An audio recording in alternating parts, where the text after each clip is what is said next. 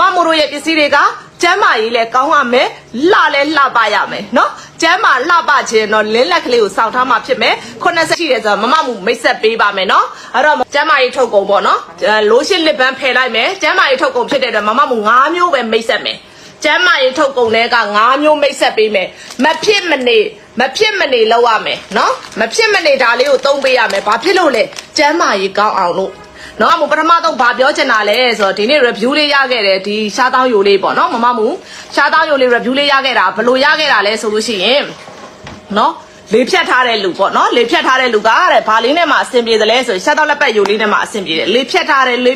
ဆိုလို့ရှိရင်ဝါရောတဲ့လိုအပ်တာဖြစ်တယ်အဲ့တော့ဝါရောတဲ့လိုအပ်တယ်ဆိုရင်ရှားတောင်းလက်ပတ်လိုမျိုးအေးခါတက်ပါတဲ့ဝါရောတဲ့အပြည့်ပါတဲ့ရှားတောင်းလက်ပတ်ယိုလေးကိုစားပေးရတာဖြစ်ပါတယ်ရှင်ကျမ်းမာရေးလည်းအရန်ကောင်းလိမ့်မယ်ဝင်းလဲမှန်လိမ့်မယ်ရှင်နော်တဲ့ product တွေကနော်ဂျင်းထဲလားမထဲလားဆိုတာလေ့လာကြည့်လိုက်ပါမမမိုးရဲ့ရှားတောင်းလက်ပတ်ယိုဒီအထဲထဲမှာအဖက်လိုက်တိုင်းပဲပါတယ်ဘလောက်ကြိုက်ကြတယ်လဲဆိုနိုင်ငံသားတွေအထိပို့ရတယ်နော်အဲ့တော့ဒီလိုမျိုးရှားတောင်းလက်ပတ်ယိုလေးကအသက်ကြီးတဲ့လူတိုင်းနော်မမမူပြောမယ်ဆရာဝန်တွေတောင်မှမမမူရဲ့ဆေးတွေကိုမှီဝဲနေတာ